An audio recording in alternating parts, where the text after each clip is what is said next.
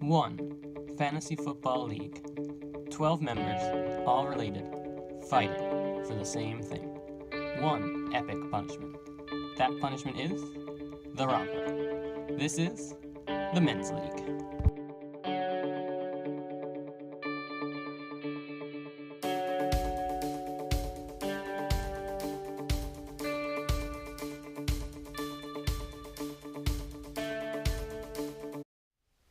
Hello and welcome to another season of the Fantasy Show on FSPN, the worldwide leader in fantasy sports. I'm your host, Andrew Colgan, and what a season it was last year. The Empire, that is, the Shotgunning Lemonades, led by lead back Todd Gurley, strangled the rest of the league on their way to their second title. But after some eyebrow-raising transactions, the league decided to sweep away all keepers, and with that, a new owner has taken over. And without further ado, let's get right into the fastest 4 minutes in fantasy sports. We start off in sunny Florida, where the Shotgunning Lemonades travel to take on My Balls Are Inflated. What a matchup we have here. Two playoff teams from last year going at it. Captain Andrew Luck fought through the enemy lines as he went on for 19.5 points as his sidearm was roaring, attempting 53 passes and completing 39. Speaking of 39, Tom Brady had 39 attempts and threw for 277 yards and 3 touchdowns for the inflated balls, but the Lemonades would not go down without a fight. Davante Adams-Apple was climbing over defensive backs on his way to 88 yards on a TD, totaling 20 points for the Lemonades. But when the game was on the line, Brett needed a Care Bear as he shanked his only field goal attempt, giving the Lemonades a slight advantage. Lemonades 106.5, Balls 86.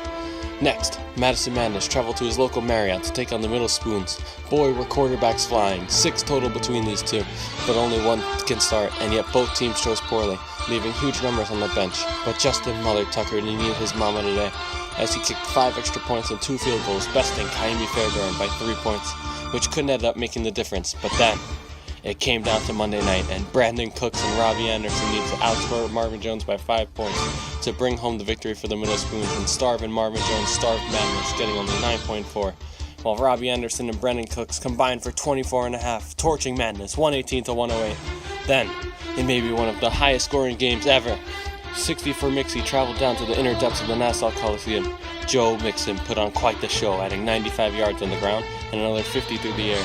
But the connection in the Big Easy was no match for the 60s, as Drew Christopher Breeze kept finding Michael Thomas, combining for 69 points. Oh come, Emmanuel Sanders lit up the Hater secondary, as he went for 29.5 points. But yet another one came down to Monday night, as Jared Squared, Goff and Cook that is, had to outscore Cooper Flip Cup by 16.5 points.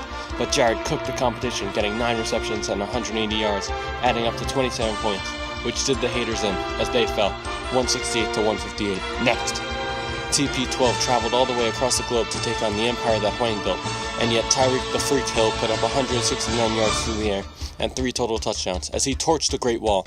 Speaking of 169, Julio Bones Jones had 169 through the air, adding up to 28 points, but Alfred Pennyworth Morris was not even a sidekick today, putting up a measly 2 points and adding a fumble, making his day look more like Bruce Wayne's parents than anything else.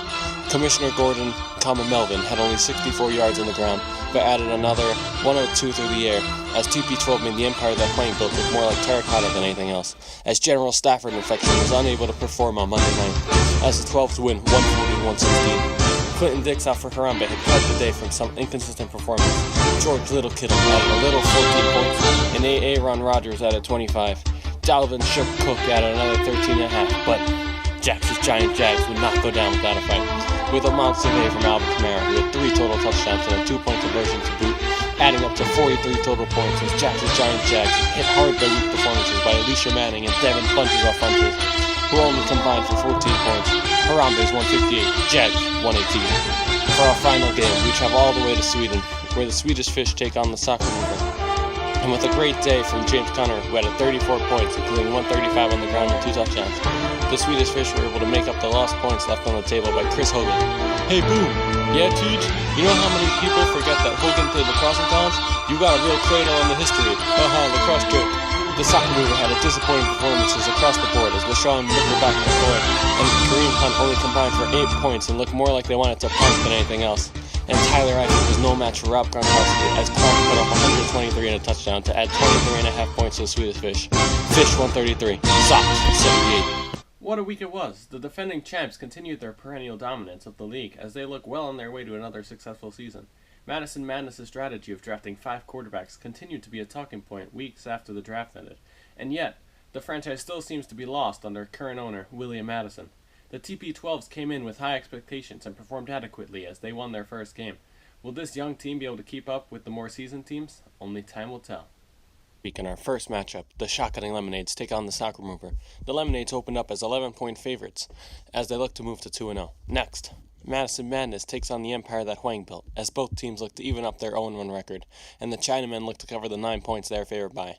Then, TP12 travels to West Palm Beach to take on My Balls Are Inflated, and the inflated balls look to make up the 3 points that Vegas is giving them. Then, 2 0-1 teams battle it out as the Haters take on Jax's Giant Jags at the Nassau Coliseum. The barn is sure to be rocking, and it'll need to be to make up the 8 points the Haters are projected to lose by. Next, 2 1-0 teams battle it out as Clinton Dixon for Harambe faces off against the Swedish Fish. The Swedish Fish open up as heavy 13-point favorites and look to keep their winning ways after a very impressive Week 1.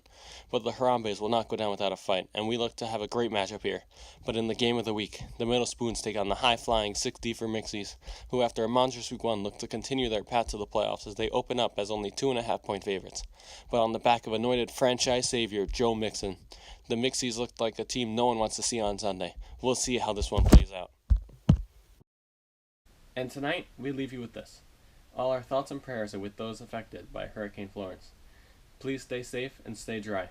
For all our award-winning staff, I'm Andrew Colgan.